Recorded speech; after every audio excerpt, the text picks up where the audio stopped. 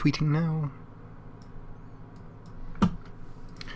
Good evening, welcome to tonight's Hearthstone half hour or so. I'm Hammy, this is FailCraft Casts, hope you're well and good. It is New Player Monday, and as always on Monday we grab a deck that we've been seeing or you guys suggest, we go have a look and see how it's kind of built, and then in a sort of new playerish friendly sense we go and play it a couple of games on the ladder or similar, and see how it works out. It is that simple.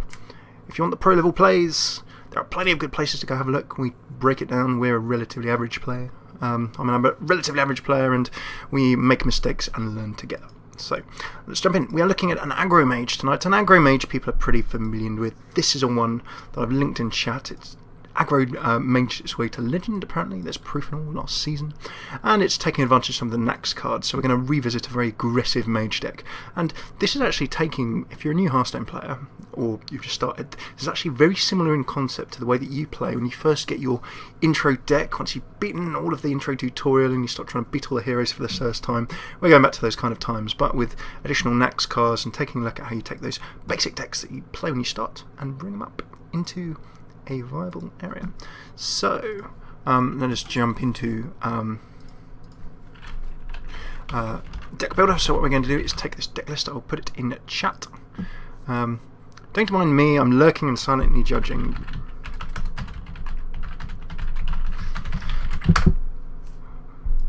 Watching Walking Dead 2. Well, it's great that you're here. Okay, so we're going to be maging it up. Right, what is going to drop first? We need to lose something. Is it going to be the Death Rattle Secret Mage? No, I quite like that. Super Shaman. I believe this was a fun deck that we were taking a look at with Illidan and Ragnaros. Okay, the Super Shaman, as super as he was, is going to drop. Okay, Aggro Mage. So let's go and take a look at some of the basics of Aggro Mage. So really the goal of this deck is to smack someone in the face. That's pretty much it. As with any aggressive aggro deck, you need to decide whether you're going to be hitting them in the face, in terms of hitting to the face with your rushy early quick minions, or whether you're going to be taking out minions that are in your way, your opponent's minions on their side of the table. Things like, are they tanking? Are they building up nasty minions? Are they trying to get a gameplay going themselves? So with all aggressive early game decks, aggro decks, really that's your choice.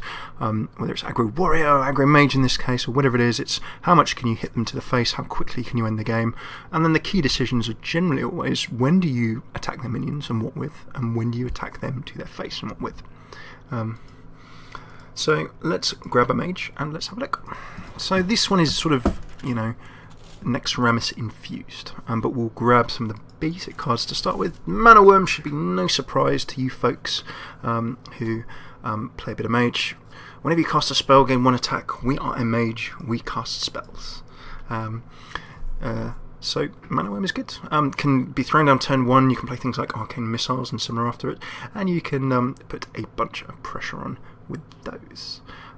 So Mana Worm is a really good early game drop. You're just going to be using that, throwing it down, ideally throwing down some cheap spells after it, get it buffed. It will trade something off the table. If it's left too long on the table and your opponent doesn't get rid of it, it can become real nasty real fast. Next up, 2 Mirror Images. Again, a brilliant spell to buff your Mana Worm. Gives you 2/0/2 minions with Taunt.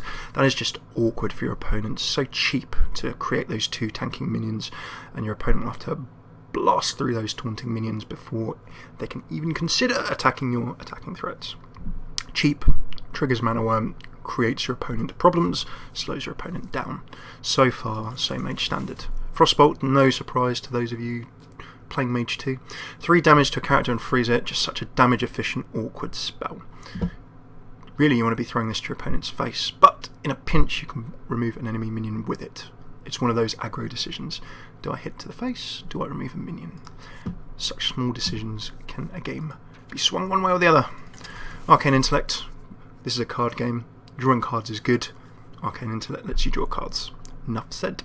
And in an aggro deck, we need to draw our cards. We need to sort of cycle through our cards as quickly as possible. So we need to be able to draw them. Pretty straightforward. Counter Spell. Now this you do have 2 of. This will help you in the early game. If there's nothing else to play, it will help you stop your opponent.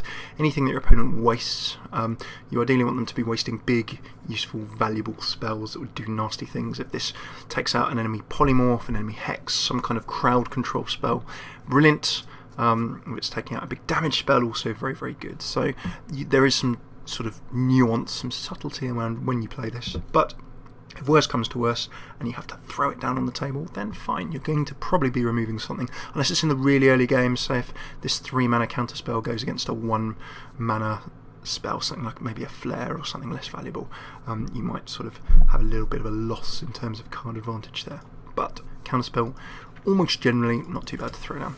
2 fireballs, then be your nukes. You like to throw them in your opponent's face as always, but 6 damage, it'd have to be quite a big minion if you're throwing that against a minion. But there are situations where a fireball to the face is what you need. Just the one polymorph in this deck, the Mage's Crowd Control, transforming a minion into a 1/1 sheep. That is really going to be used against something big that is going to spoil your party and day and really ruin your game. You want to be saving that poly, if at all possible, for the biggest possible threat, or if you can use it to put you in a situation to win the game real fast. Even if the threat is not large, you've only got one, spend it wisely, your crowd control. And you may have seen that I've just added one of the brilliant basics, the Water Elemental. Get it for your mage basic cards. Freezing a character, 3 attack is not huge, 6 health is just irritating. At 4 mana, it will drop relatively early in the game. So you can really put some pressure on with the Water Elemental. It will freeze and annoy various minions. It can trade minions because of its bulky health. It can really irritate heroes who play weapons, or of the Paladin.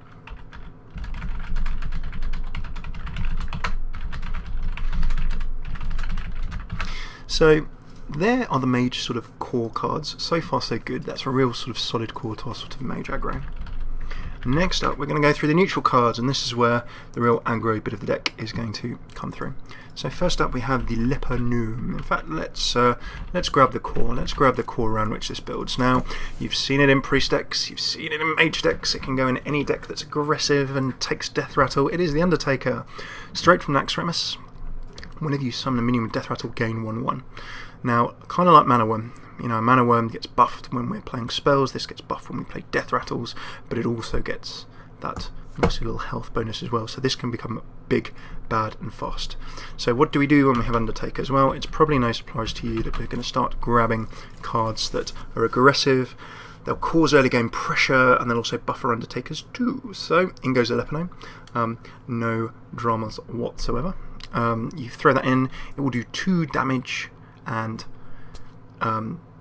unless it's silenced, but if it stays on the table it can be doing more and more and more damage, then the better.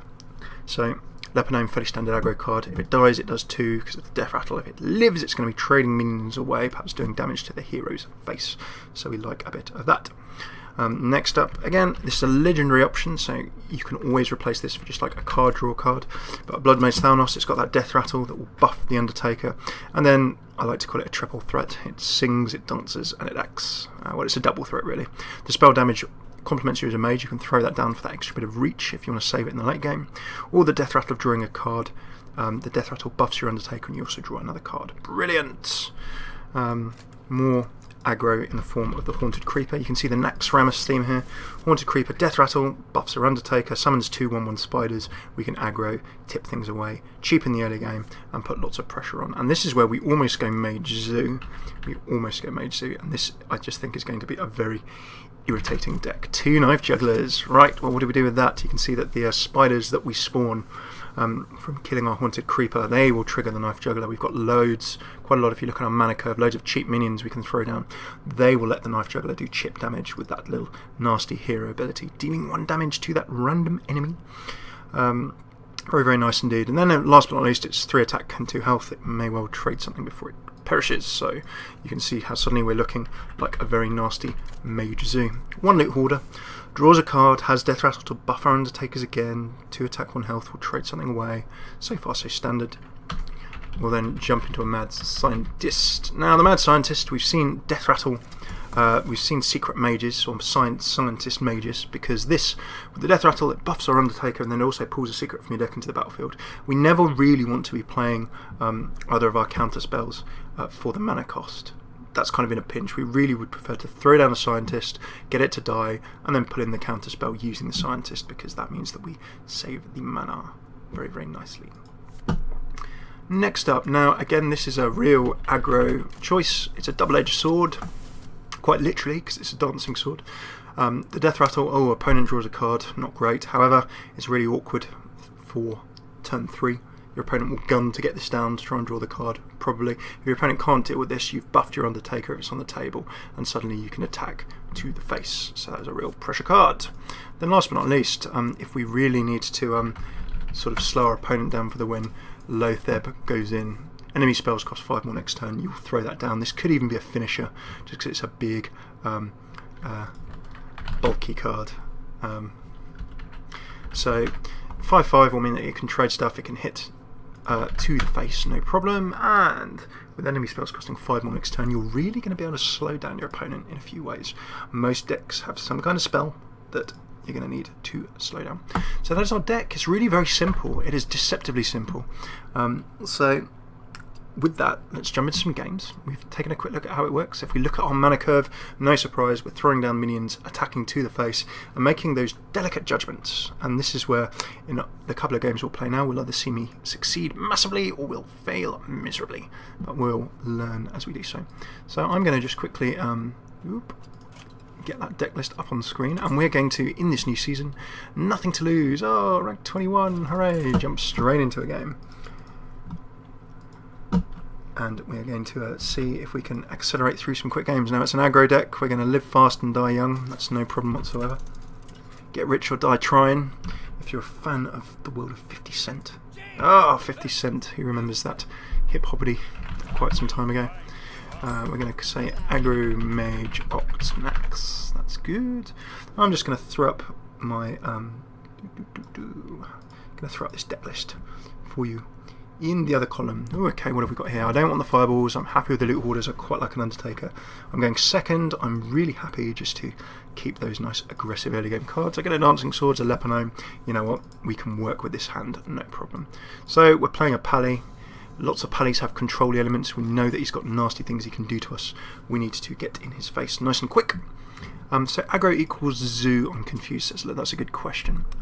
What are we looking at? Well, what we're kind of looking at is aggro is not necessarily zoo. Zoo is used as a referral to kind of zoo warlock. Aggro is a deck that the zoo warlock deck is a form of aggro, but not all aggro decks you'd call zoo, I guess. I think zoo's a particular term in Hearthstone that very much refers to the warlock deck. But aggro decks generally hit hard and quick and fast, so a zoo warlock deck is certainly an example of aggro. Oh, that's a reasonable explanation. Right, I can coin into a water elemental next turn, that's definitely what I want to do. So I'm going to slam down the loop hoarder and I'm going to start attacking to the face. Hello Team Mouldy, hope you're well. We are just taking a look at a very aggressive mage that is apparently legended last season. So we can see, the paladin is also aggroing me. It's going to be a rush to the face to see who can conquer. Now, do I Dancing Swords or do I Water Elemental? I'm going to, or do I even throw down the Leponome and the Haunted Creeper? That'll be a real rush play. I'm going to go for this play. Now, the risk here is that he bubbles these, or these actually get buffed up with like a Blessing of Kings or something. That is the risk with this playing against sort of a Pally. We could see some buffing. There we go, Blessing of Kings. That is going to get nasty. It's suddenly quite hard for me to get rid of, and he's just going to hit me to the face. So we have aggro versus aggro. There can only be one. Now, what do I do here? I think the poly is a reasonable option. If it will let me keep the pace going, but that removes my one big threat. So what I need to is just keep hitting in, and we can see that, hey, I've got him down to 17, he's got me down to 23. We are trying to out-aggro each other. So if this is aggro versus aggro,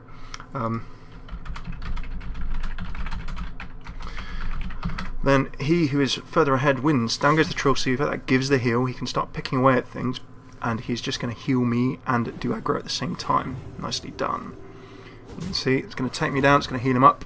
He's going to try and sheep me too. Lotheb can certainly slow things down.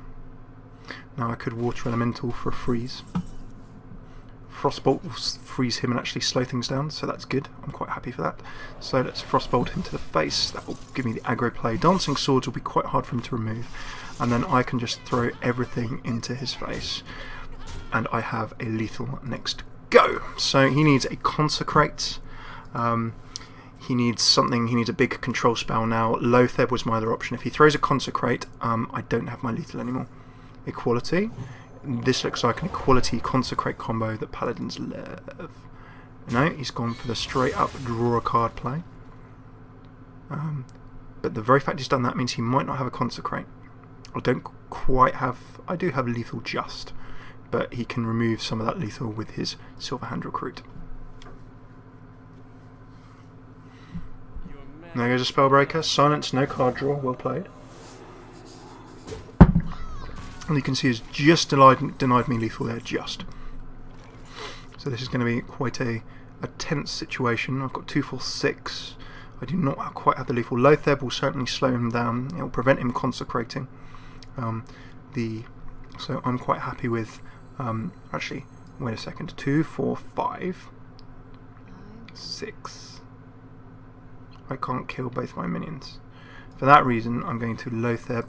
That will slow down. And then I'm going to actually coin into a Haunted Creeper. Swing and poke one of the gnomes. Yeah, that would take him down to 2. That's what I was thinking, Mouldy. I was thinking, can I sacrifice one of my own gnomes? If I could sacrifice 2 gnomes, I could have won. So there goes the Old Orc Peacekeeper, and that's certainly going to slow us down. He's going to heal up 2. You can remove something nasty. I still just about have a lethal, pending on what he decides to take out with the Spellbreaker. Heals 2. Hits me to the face. Down goes a Wind Fury, Thrallmar Farseeker, and I don't think he quite has enough to finish things off. Okay, I think we're all good. There you go, very aggressive indeed.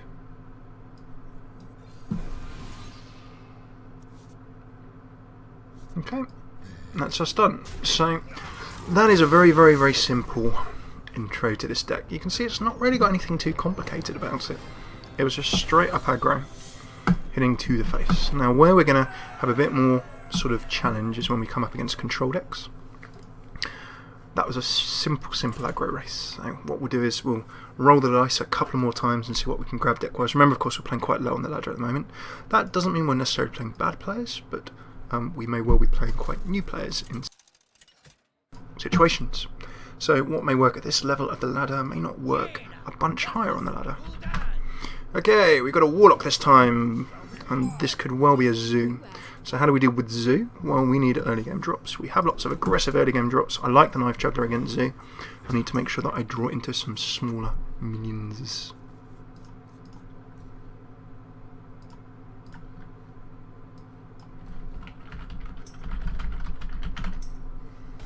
Okay, right. I cannot coin into anything, but hey, I'm actually quite happy with mirror imaging. If it's a Zoo, I don't know. I think I'm quite happy to do that against just on the off chance it's a Zoo. Now, if I'd played that after my Knife Juggler, of course, I would have got 2 chip damage. Let's not forget, which is always good. Rank 20 hype. Most exciting. A big hello to Reese. A big hello to Reese, who is joining us. He's there some places. Righty then, so we have seen a loot order. We could well still be looking at a Zoo, or we could be looking at something different. The Undertaker can go down. I've got lots of Death Rattles. I can drop next go, or I can Knife Juggler to start some trading the turn afterwards. Haunted Creeper, I can Undertaker will let me Knife Juggler will Undertaker. I can then buff up with my Haunted Creeper next go. It's just a shame I can't quite coin into something. I'm going to Knife Juggler it. Reason for that being I might get a lucky chip damage when I throw down one of my next minions. The pinging damage from the Knife Juggler might just take this out.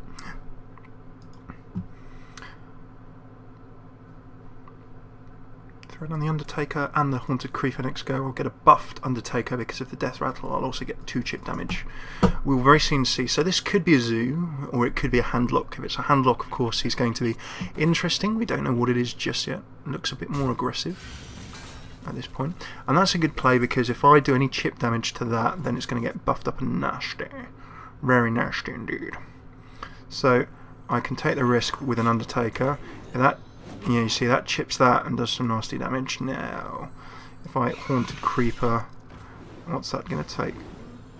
Oh, it's done one to the face. So I'm actually just going to have to, quite sadly, sacrifice this now. Didn't want to sacrifice that. The Knife Juggler would have done me damage, but it was a nice drop of the Amani Berserker because he knew I was going to go for throwing minions down, and I'd probably enrage that minion. So, nicely sort of semi-countered there by our opponent.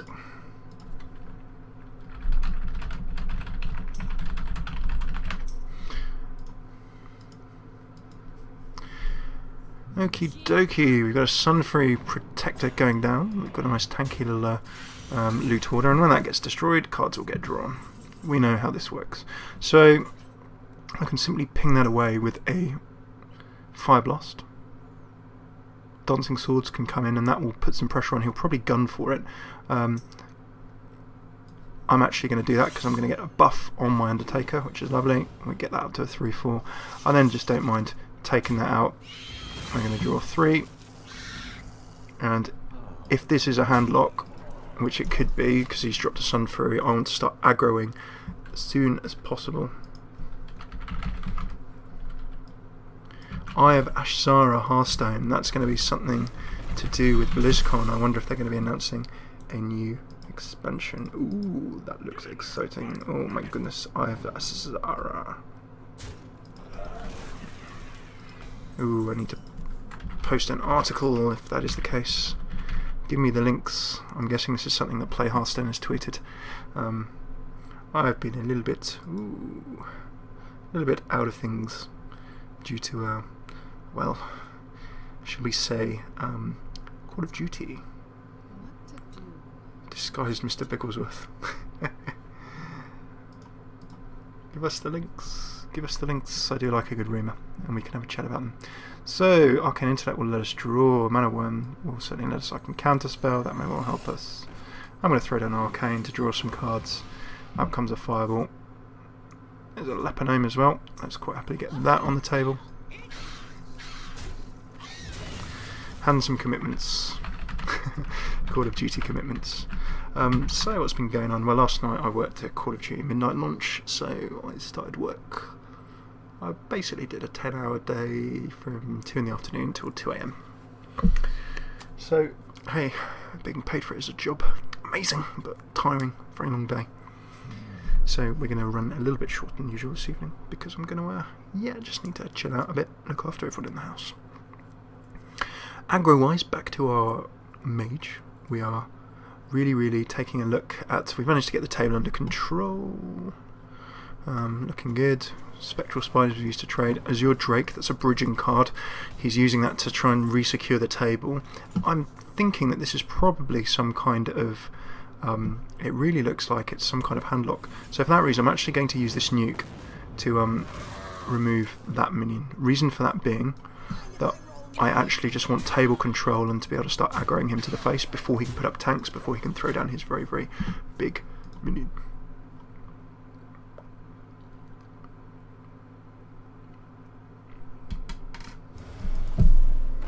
Ooh, okay. Reveals of the convention. Card back called Goblin. Goblins. Mechanical. Eye of Ashzara in Europe. Okay, interesting. An expansion would be most exciting indeed. Okay, I'm just having a look at these Eye of Ashzara rumours. We've actually seen now that our friend here has brought out a demon deck. So, Summoning Portal. Minions costing less. And then throwing down a cheap Succubus. And it's discarded a Bloodfen and a Direwolf Alpha. Okay, so we've got a lot of aggro there. Right, so now this is those decisions that we were talking about. Does one remove the minions, or does one attack to the face? Well, I think we can firstly remove some of the nastier threats. So I'm going to see 1, 2, 3, 4, 5, 6, 7, 8. We've got reasonable 9 aggro if we really want, or we can start trying to remove some of those minions. Now he will have to start trying to remove our minions unless he's got something kind of crazy. So for that reason, I think that I'm going to throw down a counterspell. I'm going to go full aggro and see if we can pressure for the win. I'm going to basically just fill the table and say, right, I've got lethal unless you start trading my minions. So that's one of those decisions we were talking about earlier on. Do you throw yourself at the opponent's face, or do you throw yourself at the opponent's minions? Now I could have traded away these minion threats by activating my board position. I've got a counterspell, and that is a perfect example of how counterspell saves you bacon. I've got rid of Hellfire, that would have really screwed my game. As is, I've kept all of my minions up. He can sense demons, okay. Now he can trade my lethal away, and he will have to if he wants to stay in the game. So I can see the summoning portal coming in, that will give me a card draw. Frostbolt, yep, there goes the bigger demon, and then he takes out my third. So there we have it. And with a water elemental, we're in a lovely position there. So firstly I can freeze him straight up. I'm going to drop my water elemental. I'm going to charge in there, and charge in there. So, with going to the face, we've managed to get opponent's health low enough. Unless he can play some tanks, unless he's got a big heal, it could well be good games.